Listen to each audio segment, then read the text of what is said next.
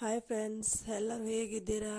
Welcome to my YouTube channel. ನಾನು ಮತ್ತೊಂದು ರೆಸಿಪಿಯೊಂದಿಗೆ ನಿಮ್ಮ ಜೊತೆ ಬಂದಿದ್ದೇನೆ. ನಾವು ಇವತ್ತು ಮಾಡ್ತಾ ಇರೋದು ಮಜ್ಜಿಗೆ ಸಾಂಬಾರು. ಅದಕ್ಕೆ ಬೇಕಾಗಿರುವ ಸಾಮಗ್ರಿಗಳು: ಒಂದು 6ರಿಂದ 7 ಹಸಿ ಮೆಣಸಿನಕಾಯಿಗಳು. ನಮ್ಮ ಮನೆಯಲ್ಲಿ ಖಾರ ಜಾಸ್ತಿ ತಿನ್ನೋದ್ರಿಂದ ನಾನು ಮೆಣಸಿನಕಾಯಿಗಳನ್ನು ಜಾಸ್ತಿ ತೊಗೊಂಡಿದ್ದೆ. ನಿಮ್ಮಲ್ಲಿ ಖಾರ ಕಡಿಮೆ ತಿನ್ನೋದ್ರಿಂದ 4ರಿಂದ 5 ತೊಗೊಂಡ್ರೆ ಸಾಕು. ನಂತರ ಒಂದು ಹಿಡಿಯಷ್ಟು ಕೊತ್ತಂಬರಿ ಸೊಪ್ಪು, ಆಮೇಲೆ ಚಿಟಿಕೆಯಷ್ಟು ಶುಂಠಿ ತೆಗೆದುಕೊಂಡು ಕೊತ್ತಂಬರಿಯನ್ನು ನೀರಿನಲ್ಲಿ ತೊಳೆದುಕೊಳ್ಳಿ, ಯಾಕಂದರೆ ಕೊತ್ತಂಬರಿಯಲ್ಲಿ ಹೊಲಿಸ್ಕೊಳ್ತಿರ್ತದೆ. ನಂತರ ಮೆಣಸಿನಕಾಯಿಗಳನ್ನು ಕೂಡ ತೊಳೆದುಕೊಂಡ ನಂತರ ನಮ್ಮ ಮನೆಯಲ್ಲಿ ಚಟ್ನಿ ಆಗಲಿ ಯಾವುದೇ ಹಿಂಡಿ ಆಗಲಿ ಮಿಕ್ಸರ್ಗಿಂತ ಕಲ್ಲಿನಲ್ಲಿ ಕುಟ್ಟಿಕೊಂಡು ನಾವು ತಯಾರಿಸುತ್ತೇವೆ. ಯಾಕಂದರೆ ಕಲ್ಲಿನಲ್ಲಿ ಕುಟ್ಟಿಕೊಂಡ ಯಾವುದೇ ಪದಾರ್ಥ ಆದರೂ ಸ್ವಾದವಾಗಿರುತ್ತದೆ, ತಿನ್ನಲು ಟೇಸ್ಟಿಯಾಗಿ ರುಚಿಯಾಗಿರುತ್ತದೆ. ನಾನು ಈಗ ಕಲ್ಲಿನಲ್ಲಿ ತೊಳೆದುಕೊಂಡ ಮೆಣಸಿನಕಾಯಿ, ಕೊತ್ತಂಬರಿ, ಚಿಟಿಕೆಯಷ್ಟು ಶುಂಠಿ ಮತ್ತು 1 ಚಮಚದಷ್ಟು ದಮ್ಮುಪ್ಪು ಅಂದರೆ ಹಳ್ಳುಪ್ಪನ್ನು ಹಾಕಿಕೊಂಡು, ನಂತರ ಅದಕ್ಕೆ ಅರ್ಧ ಚಮಚದಷ್ಟು ಜೀರಿಗೆಯನ್ನು ಹಾಕಿಕೊಂಡು ಕುಟ್ಟಬೇಕು. ಕುಟ್ಟುವುದು ಹೇಗೆ ಅಂದರೆ ಅದು ಸಣ್ಣವಾಗಿ ನುಣುಪಾಗಿ ಇರಬೇಕು. ನುಣುಪಾಗಿ ಕುಟ್ಟಿದರೆ ಸಾರಿಗೆ ತುಂಬ ರುಚಿಯಾಗಿ ಬರುತ್ತದೆ. ಟೇಸ್ಟು ಸಣ್ಣಾಗಿ ಕುಟ್ಟಿಕೊಂಡು ರುಬ್ಬಿಕೊಂಡ ಪೇಸ್ಟನ್ನು ಈ ರೀತಿಯಾಗಿ ಎಲ್ಲ ತೆಗೆದುಕೊಂಡು ಒಂದು ಪ್ಲೇಟಿಗೆ ಹಾಕಿಕೊಳ್ಳಬೇಕು. ನಂತರ ಒಂದು 4ರಿಂದ 5 ಬೆಳ್ಳುಳ್ಳಿ ಪಳಕಗಳನ್ನು ಸಣ್ಣದಾಗಿ ಕುಟ್ಟಿಕೊಳ್ಳಬೇಕು. ಗ್ಯಾಸಿನ ಮೇಲೆ ಒಂದು ಸಣ್ಣದಾದ ಪಾತ್ರೆಯನ್ನು ತೆಗೆದುಕೊಂಡು ಅದರಲ್ಲಿ 2ರಿಂದ 3 ಚಮಚದಷ್ಟು ಎಣ್ಣೆಯನ್ನು ಹಾಕಿಕೊಳ್ಳಬೇಕು. ನಂತರ ಎಣ್ಣೆ ಕಾಯುವ ತನಕ ನಾನು ಇದಕ್ಕೆ ಹಾಕಬೇಕಾದ ಪದಾರ್ಥಗಳನ್ನು ನಿಮಗೆ ಒಂದು ಸಾರಿ ತೋರಿಸ್ತೀನಿ, ಬನ್ನಿ. ಗಟ್ಟಿ ಮೊಸರನ್ನಲ್ಲಿ ನೀರು ಹಾಕಿ ಮಜ್ಜಿಗೆ ರೀತಿಯಲ್ಲಿ ಕಡಿದುಕೊಂಡಿದ್ದೇನೆ. ಮಸಾಲೆ ಒಗ್ಗರಣೆ ಡಬ್ಬೆ, ಕುಟ್ಟಿಕೊಂಡ ಹಸಿಮೆಣಸಿನಕಾಯಿ ಪೇಸ್ಟು, ಹಳ್ಳುಪ್ಪು ಅಂದರೆ ದಮ್ಮುಪ್ಪು, ಚಿಟಿಕೆಯಷ್ಟು ಇಂಗು, ಜಜ್ಜಿಕೊಂಡಂತಹ ಬೆಳ್ಳುಳ್ಳಿಗಳನ್ನು ನಾನು ಈಗ ಇಟ್ಟುಕೊಂಡಿದ್ದೇನೆ. ಎಣ್ಣೆ ಕಾದಿದೆಯೋ ಇಲ್ಲ ಅಂತ ಒಂದು ಸಾರಿ ನೋಡಿಕೊಂಡು ಅದಕ್ಕೆ 1 ಚಮಚದಷ್ಟು ಉದ್ದಿನ ಬೇಳೆಗಳನ್ನು ಹಾಕಿಕೊಂಡು ಚೆನ್ನಾಗಿ ಸ್ಲೋ ಫ್ಲೇಮ್ನಲ್ಲಿ ಇಟ್ಟುಕೊಂಡು ಫ್ರೈ ಮಾಡಿಕೊಳ್ಳಬೇಕು.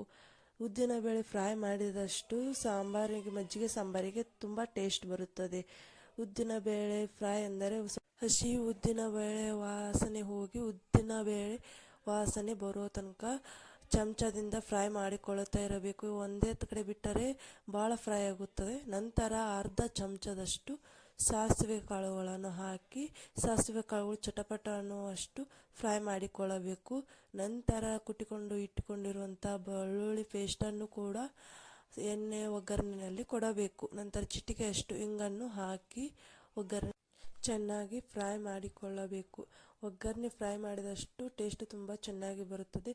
ಒಗ್ಗರಣೆಯ ಪ್ರಮಾಣವನ್ನು ನೋಡಿಕೊಂಡು ನಂತರ ಗ್ಯಾಸನ್ನು ಬಂದ್ ಮಾಡಿಕೊಂಡು ನಾವು ಮಾಡಿಕೊಂಡ ಮಜ್ಜಿಗೆಯನ್ನು ಈ ಪ್ರಮಾಣದಲ್ಲಿ ಇದ್ದರೆ ತುಂಬ ಟೇಸ್ಟ್ ಆಗುತ್ತದೆ, ಅನ್ನಕ್ಕೆ ತುಂಬ ಸೂಟ್ ಆಗುತ್ತದೆ.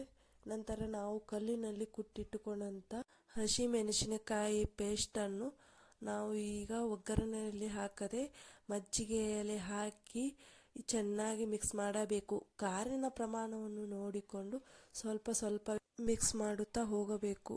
ನಮಗೆ ತುಂಬ ಖಾರ ಬೇಕೆಂದರೆ ಇನ್ನಷ್ಟು ಮೆಣಸಿನಕಾಯಿ ಹಾಕಿಕೊಳ್ಳಬಹುದು, ಅಥವಾ ಖಾರಿನ ಪ್ರಮಾಣ ಇಷ್ಟ ಬೇಕೆಂದರೆ ಇಷ್ಟೇ ನಮ್ಮಲ್ಲಿ ಇಷ್ಟೇ ಮೀಡಿಯಮ್ ಆಗಿ ಖಾರ ತಿನ್ನುತ್ತಾರೆ, ಆದ ಕಾರಣ ನಾನು ಸ್ವಲ್ಪವೇ ಹಾಕಿಕೊಂಡಿದ್ದೇನೆ.